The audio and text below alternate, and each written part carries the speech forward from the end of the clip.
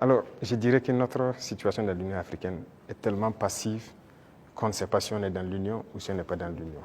On nous a suspendus depuis, personne ne nous parle, c'est vraiment un silence radio. Donc alors, moi je ne sais pas si je suis dans l'Union ou pas.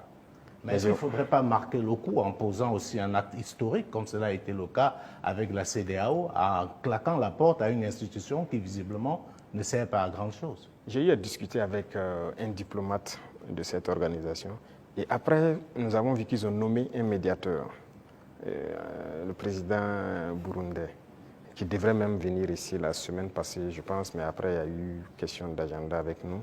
Et on l'attend, on veut l'écouter d'abord, parce que nous-mêmes nous voulons savoir pourquoi ils se comportent comme ça.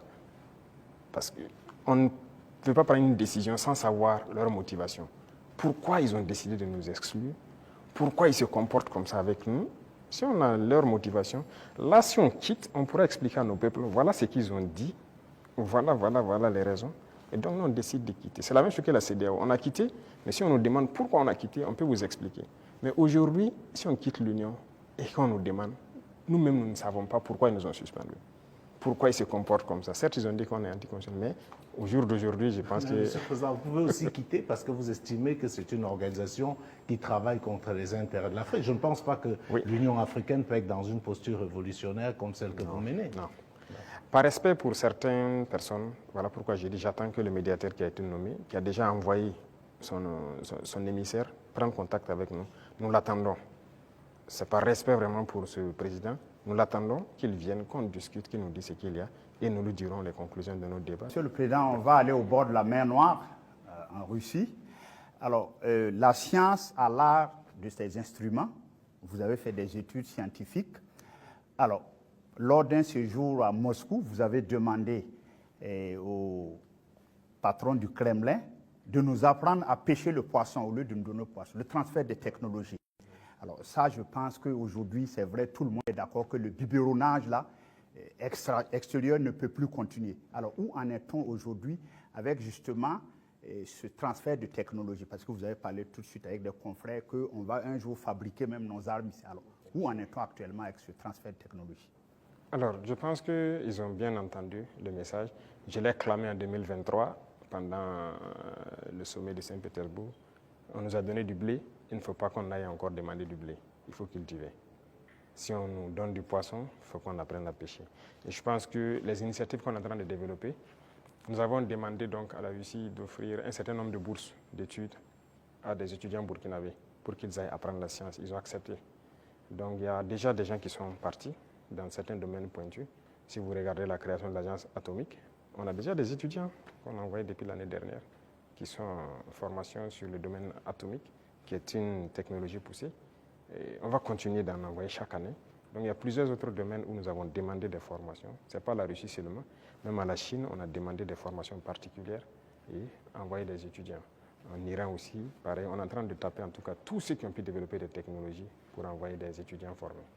Alors géopolitiquement, bon, le capitaine président Ibrahim Traoré aujourd'hui a mis le Burkina sur orbite, comme à l'époque un Sanka. Qu'est-ce que ça vous fait aujourd'hui? Bon, un pays comme le Burkina, bon, certains disent un petit capitaine. Qu'est-ce que ça vous fait géopolitiquement aujourd'hui d'être au pinacle?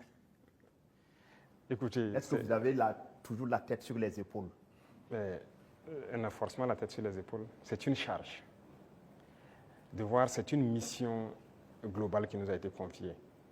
De voir que tout le monde entier s'intéresse au Burkina, je ne dirais pas une pression, mais c'est une charge. Et c'est une responsabilité.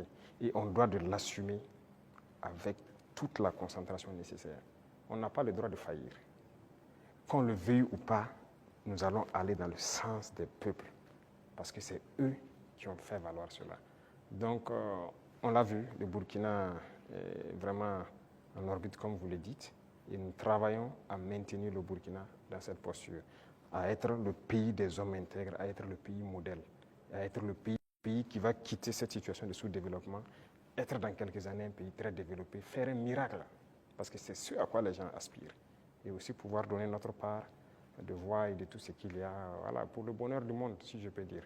Depuis que vous êtes chef d'État, vous voyagez très peu. Le seul pays en Afrique où vous êtes allé, c'est probablement la Russie, si je ne m'abuse. Et on a vu vos homologues africains aux États-Unis, avec une sorte de photo de classe, avec le président Trump. Et je vous donne un commentaire d'un ami à moi qui me disait « Le capitaine Traoré n'aurait jamais accepté ça ». Est-ce que c'est vrai? Bah, écoutez, moi je voyage peu comme vous l'avez dit.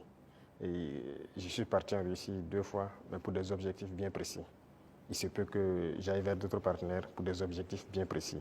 À part ça, je ne compte pas aller faire le tour du monde comme les autres le font. Parce que pour moi, il faut rester concentré, travailler pour son pays. Le président Trump lui-même, il a dit America first. C'est l'Amérique d'abord, il travaille pour les intérêts des Américains. Et donc moi, je travaille pour les intérêts des Burkinabés. Si je n'ai pas d'intérêt là-bas, qu'est-ce que je vais aller faire? Alors, l'un des grands sujets géopolitiques actuels, c'est bien sûr le conflit israélo-palestinien. On voit des États prendre de plus en plus position. On a vu des États occidentaux, européens, pour ne pas les nommer, dire qu'ils vont reconnaître, et c'est un signe fort, l'État palestinien. Mais comme d'habitude, l'Afrique est quasiment silencieuse. Elle est dans la position attentiste. Est-ce que vous, du Burkina, vous pouvez donner une position qui permet de comprendre un peu ce que pense l'Afrique par rapport à ce qu'on est en train de vivre aujourd'hui dans la bande de Gaza? Je ne peux pas vous donner une position qui permet de voir ce que pense l'Afrique. Certains Africains ou certains dirigeants africains. Parce que beaucoup de dirigeants africains ont une autre manière de voir les choses. C'est le malheur de l'Afrique, si je peux le dire, on n'est pas unis. On ne voit pas de la même manière. Certains ont peur, certains on les met liés, certains sont là pour les intérêts d'autres personnes. Écoutez, l'Occident a amené des gens qui ont grandi chez eux, tout faire chez eux, venir les mettre chefs d'État en Afrique. Donc c'est eux qui contrôlent tout ça. Et donc l'Afrique ne peut pas avoir une opinion. Mais je sais qu'au fond de tout un chacun, personne n'aimerait voir ce qui se passe là-bas, se passer chez lui. Mais malheureusement, sur le continent africain, il y a une situation pareille. Au Congo, qu'est-ce qu'on fait même pour le Congo? En République démocratique du Congo. Ça fait combien de millions de morts? Depuis combien de temps? Nous-mêmes, nous sommes en guerre. Est-ce que vous avez vu des pays africains même porter la voix pour le Burkina depuis les 10 années passées? C'est rare. C'est rare. Donc l'Africain a ce problème-là. Pendant que quand vous voyez en Europe, ils ont un problème. Tout le monde est uni, les gens arrivent à rapidement trouver des solutions. Les États-Unis, c'est pareil. Mais l'Afrique a ce problème. Vous voyez, ça fait 10 ans que nous on se bat. Vous n'avez pas entendu quelqu'un porter la voix du Burkina au niveau des institutions internationales et quoi que ce soit, ni le Mali, ni le Niger. Nos populations meurent, ce n'est pas leur problème. Congo, ça meurt, ce n'est pas notre problème. La dernière fois, j'ai essayé dans une de mes paroles d'essayer de parler pour que... Ça fait combien de millions de morts? Le Soudan, regardez comment il se déchire. Il y a beaucoup de conflits sur notre sol déjà et on n'arrive même pas à porter la voix. Donc, comment on va aller porter la voix des autres? Donc, il faut que nous, Africains, on s'éveille. Est-ce que le Burkina pourrait reconnaître un État palestinien? Est-ce que le Burkina est prêt à reconnaître l'État palestinien? Pourquoi pas? C'est un État. C'est un État. Pourquoi on ne va pas reconnaître un État palestinien? Non, ce qui se passe, c'est très grave. Je pense que l'État palestinien existe et doit exister. Sinon, cette guerre ne finira jamais. Là où nous partons, ça ne finira jamais. Pendant que vous croyez que ça va finir, ça reprend de plus belle. Et on va continuer comme ça. Mais je pense aussi qu'il y a beaucoup de parts de responsabilité des pays autour là-bas. Parce que c'est leur région et les gens doivent pouvoir donner la voix pour trouver une solution à ce conflit. Voilà. Et quant à nous, on continue de se battre ici. L'État burkinabé qui doit demeurer, c'est ça qui est le plus important. Et on se bat pour notre